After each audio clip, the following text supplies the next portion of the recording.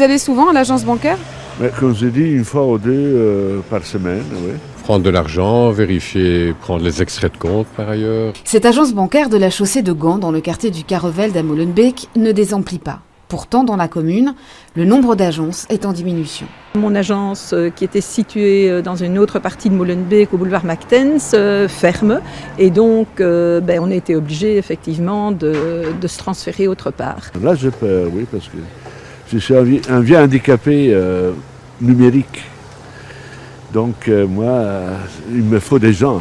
La diminution du nombre d'agences remplacée par la numérisation des services, une tendance déjà ancienne. Mais en la matière, tout le monde n'est pas logé à la même enseigne.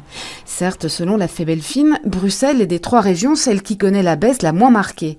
Mais au sein de la région, les disparités sont notables, en particulier entre communes riches et pauvres.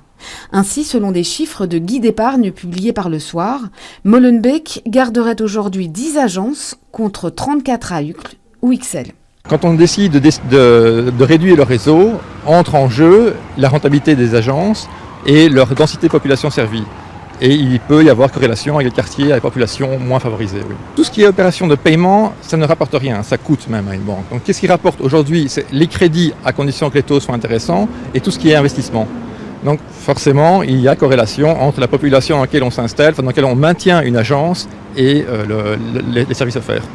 Et la tendance va se poursuivre. On parle de 20 à 25% d'agences en moins d'ici 10 ans au niveau européen.